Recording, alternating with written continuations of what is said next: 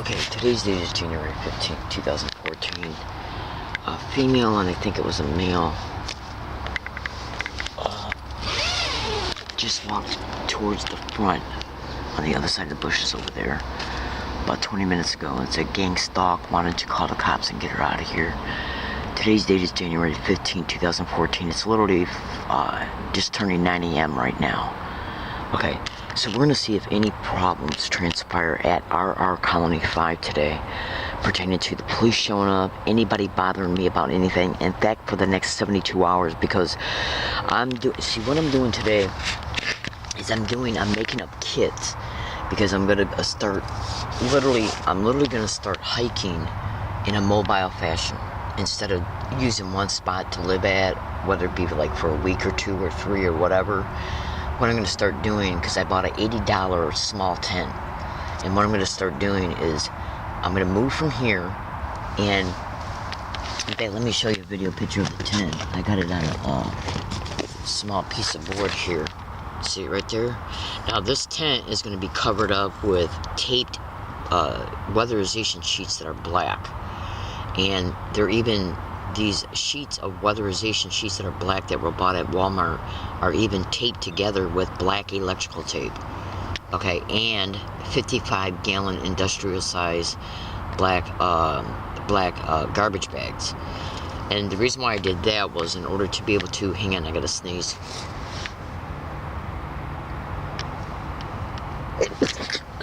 Now the reason why I did that is because what I did was I taped these together actually for this size of tent, for the tent that's this size. But since I bought this, see, because this can be taken down and put up in a hurry within actually 10 minutes if I really haul ass. Okay, but since what I'm going to be doing is laying the black, because the black weatherization sheet is huge.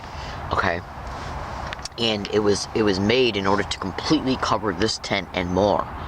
Now it's going to be used for this one, so I can lay it on the ground and then cover the tent up over and over and over again in order to insulate me from the weather.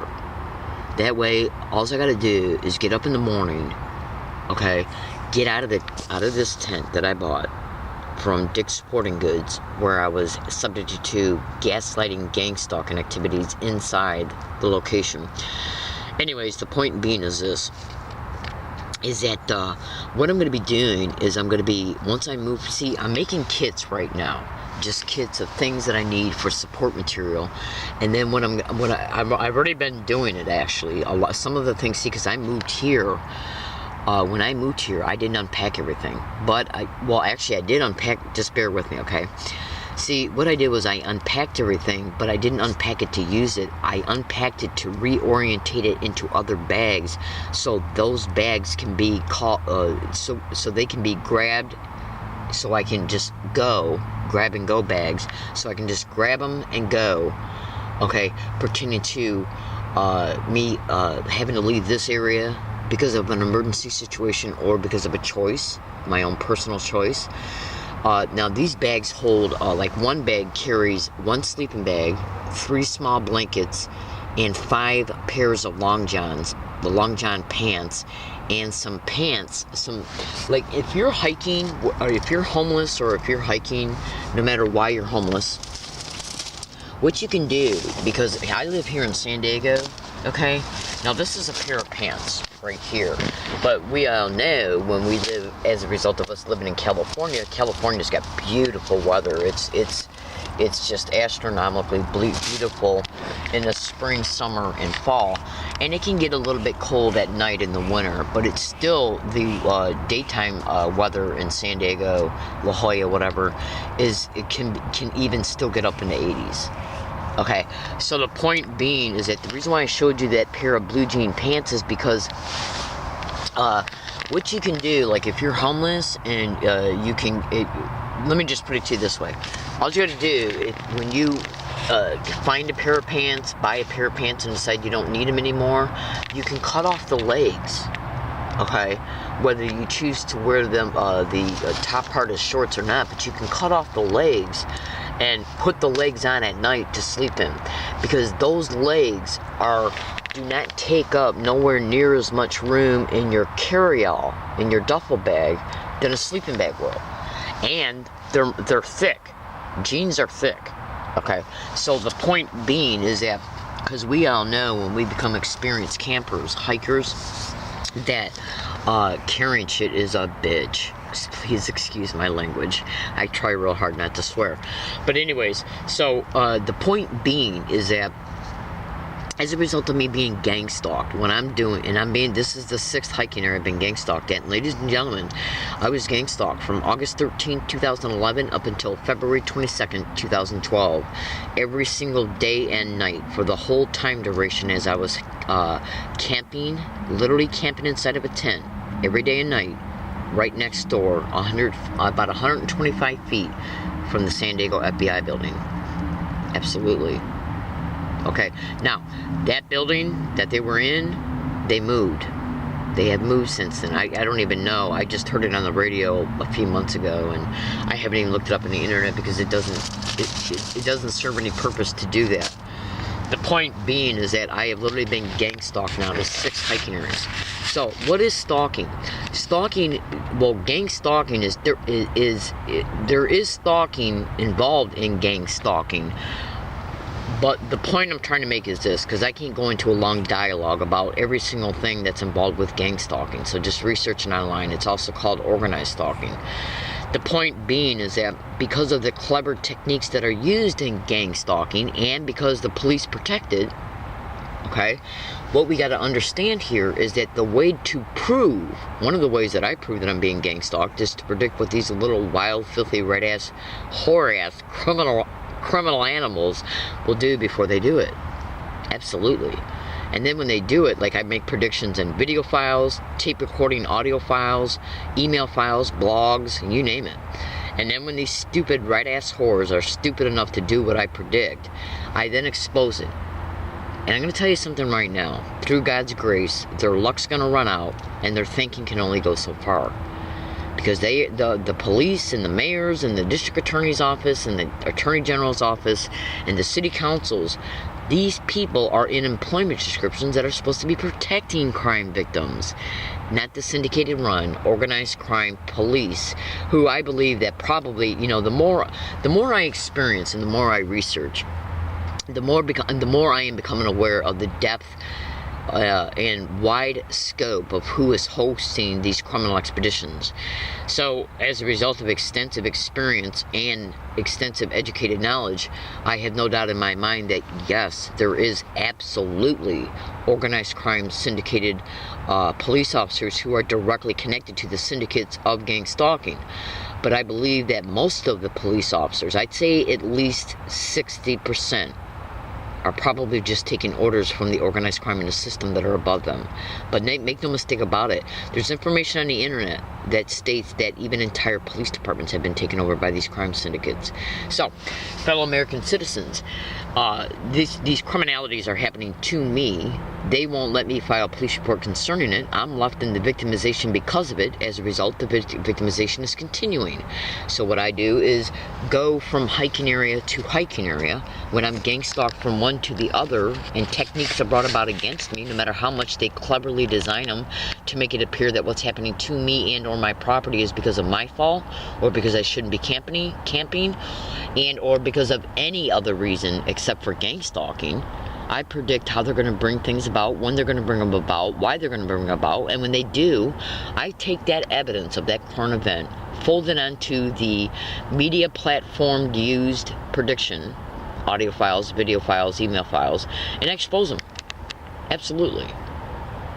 Now, when you got over at least 30 things that have happened to me that have been predicted, go to YouTube and type in learning disabled woman brutally assaulted on an MTS bus.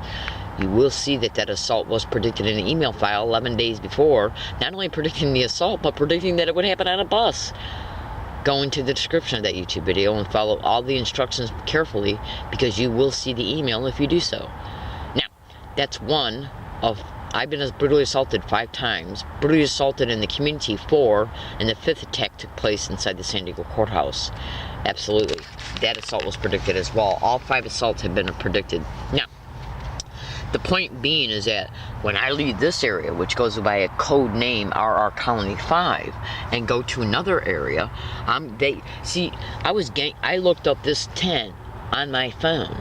Cell phone hacking is a method of gang stalking. So is cyber surveillance. Go to YouTube and type in gang stalking bullying on steroids. You'll flat out see a police officer stating that gang stalking's been going on forever and that it's even reached out into the cyber world. So I looked up this tent on my phone. They're sending me text messages on my phone stating I'm going to be raped, killed, arrested, you name. And then last night they sent me one, or the night before they sent me one stating I'm going to lose my Social Security. Now, the point being is that as a result of the cell phone hacking and the cyber surveillance from pertaining to the cyber activity concerning how I use my phone for cyber, like for the internet, YouTube, Google, and stuff, I looked this up on my phone, Dick's Sporting Goods. Now, if my phone's hacked, which they're even sending me text messages stating my phone's hacked, they're able to see that I was looking into buying this. They were also able to see that I looked up Dick's Sporting Goods to buy it and their address. Is that how I experienced the clever, overt harassment when I got there? And the monitoring of my purchase when I got there, seeing that I purchased this. Now, if I upload this video to YouTube, they're going to be able to scrutinize my statements pertaining to how I'm just going to use the tent to sleep in, get up in the morning, take it down.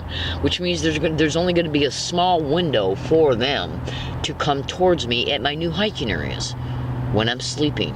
After dark, okay? Like when I get, because it gets dark out now at 5 o'clock in San Diego. Okay, if they come towards me to arrest me or assault me, rob me, rape me, or whatever, it's going to be after dark because they won't want video pictures of it. That'll be their primary choice, but it possibly might not be their own. Okay, so the point being, what they're going to do is do it either after dark, or while I'm sleeping, or right before I wake up, or right after I wake up, before I can get out of the tent to fold it up. Okay? Absolutely. Now, there's many different techniques that these filthy criminal rat-ass whores can use in order to be able to scrutinize when I'm awake or not. They can they're already propping up assholes to flash flashlights about 120 feet away from here. They've done it 3 times now, right before it gets dark out. It's called brighting. Google that. So they're obviously able to see, they're obviously aware that I'm here. Okay, they're obviously able to, all they got to do is prop up an asshole to say, okay, it's 3 a.m., go sit by your hiking area. When you start hearing her wake up, let us know. And then that's when the excuse and or event is used to call to have the police called, so they can come and arrest me for illegal lodging and or give me a ticket, which means I got to go to court. These are the schemes of gang stalking. Now, in closing, go to Google and type in gang stalking creating homelessness of targets.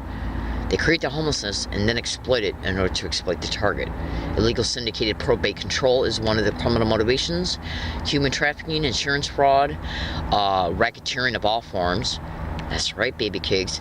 So what I decided to do was and they let this go on towards the target in reference to the actual situation of being homeless, because they want to be able to stage events over 2, 3, 4, 5 years, a period of time of 4 years. They stage events periodically within those 4 or 5 years.